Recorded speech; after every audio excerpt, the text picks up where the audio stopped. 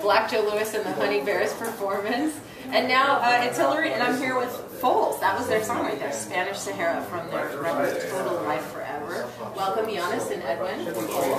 Thanks for coming by. I know you guys are playing in 2 hours, almost exactly.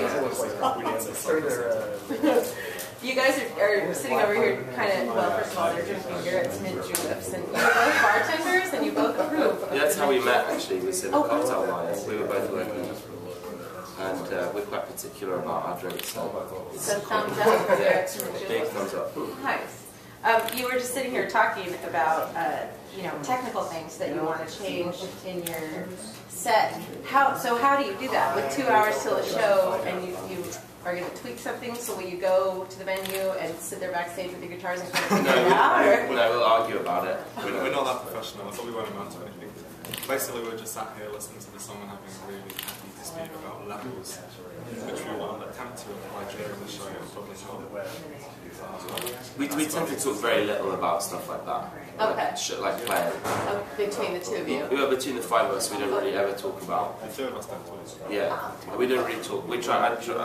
One of the aims of making at least the next record is to avoid discussing the process of making music. Really? So yeah, that absolutely. You just go in and do it from... I'm serious about that. I think, I think a band should work like a body, and it should be, the drums should be the spine, and the bass should be the muscle, and the guitars and the keyboard should be the flesh, and then the vocals should be the soul. It should work as one thing, and you shouldn't have to discuss it. There shouldn't be an agenda or any...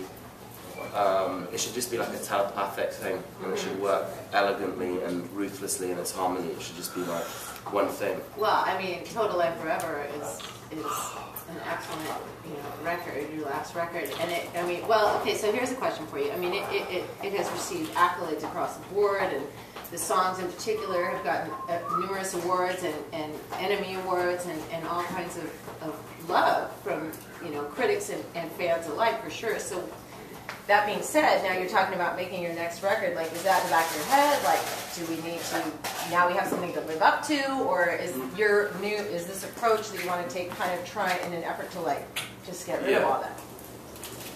Yeah, I just think it should avoid, the moment you start thinking about stuff like that, I think it starts to corrupt the process.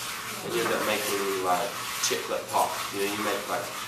You make records that are disposable, they're digestible, they're easily digestible, and they're pooped out the other side super quick. And we don't really want to make records like that, and that's certainly not the way that we want to make the record. I don't want it to be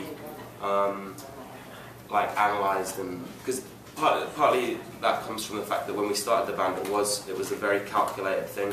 We wanted to have this band that sounded like techno. Cheers. And we had all these kind of. That sounded like techno? Yeah, but we were listening to techno, and we had like almost a set of rules at the beginning. We wanted to have an identity, and we wanted to like play all the guitars really hard. And we had like a shtick that was almost in there before it was actually in the sound. So everything since then is about not doing that. It's about doing the opposite, so that we get to somewhere where it's not thought out. And so when did you realize that wasn't the way you wanted to do it? After we made the first record, I guess. I think it was partly a result of meeting Big City.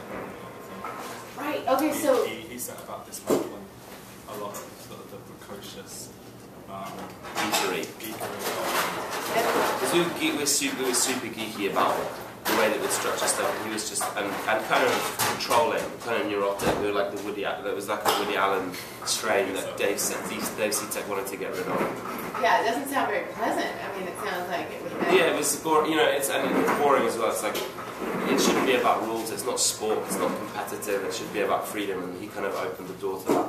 And then hopefully since then it should, I just think we'll get closer and closer to some pure way of making music that won't be geeky. I mean, that sounds pretty ideal, doing it that way. How did you guys hook up with Dave from TV on the Radio days? Can't really remember. I mean, it's still our record label. Oh, okay. It's one of those. We had a phone call with him. We had a phone call that was quite intense, and then decided to make a record with him. But then tell me about that, because you didn't end up using the stuff you recorded with him. No, we did. Oh. So he produced the record, but we just there was like we've talked about it before. We remixed some of it, but everything that you hear is Dave Seatek produced. It's just some of the mixing was different. Okay. And everything you hear on Total Life Forever is influenced by his Right on. Obviously, it was a different producer who deserves his own accolades for that. Who is he? This is a guy called Luke Smith. Or she? Oh, okay. Luke Smith, no, he's a guy. He's some British guy. Brit? All right. Yeah, Brett. Expat. Well, I'm talking to Foals here, Edwin and Giannis of Foals, who are playing today at Coachella, 3:15 in the Mojave tent. We just played their song Spanish Sahara, which last year for Record Store Day, you did the 1,007 inches, right? Are you doing anything this year for it? We have a split 7-inch with Freelance Wales. Oh, right. They were just here. They did a Devo cover. They love you guys. They Which were, is on the 7-inch. right. They were talking about it earlier. But I don't know how that's working. Were they nice about us? They actually said some really rude Did stuff they? about I bet me. they did. They were like bastards. No, they were they really liked you guys, and they were excited to do the tour and the 7-inch as well. Okay, so that's what 7-inch is at today. Yeah, that's for that. Yeah. And we covered a Swedish House Mafia track called One that has Pharrell singing. No way. Yeah. Pharrell's not singing on ours. He was busy. Pharrell was busy. I spoke to him recently. You did? Yeah, he was okay. He's all right. Yeah, he's like you met him for the first time. Yeah, he was nice.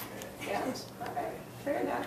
So, how was the show last night? You played in San Diego. I saw online a lot of people saying, "Oh my God, it was really good." You're on the road with Kills and Naked and Famous right now. Yeah, we're on the road with Naked and Famous Kills. It was a one-off. I think that was a one-off. They invited us to play. Okay. Naked and Famous and Freelance Wales. You've been doing. Yeah. We're doing the whole US tour with those two.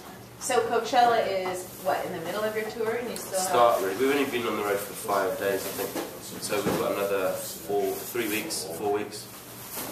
So we're going to work our way back east. Then we end in Mexico, and then we go home.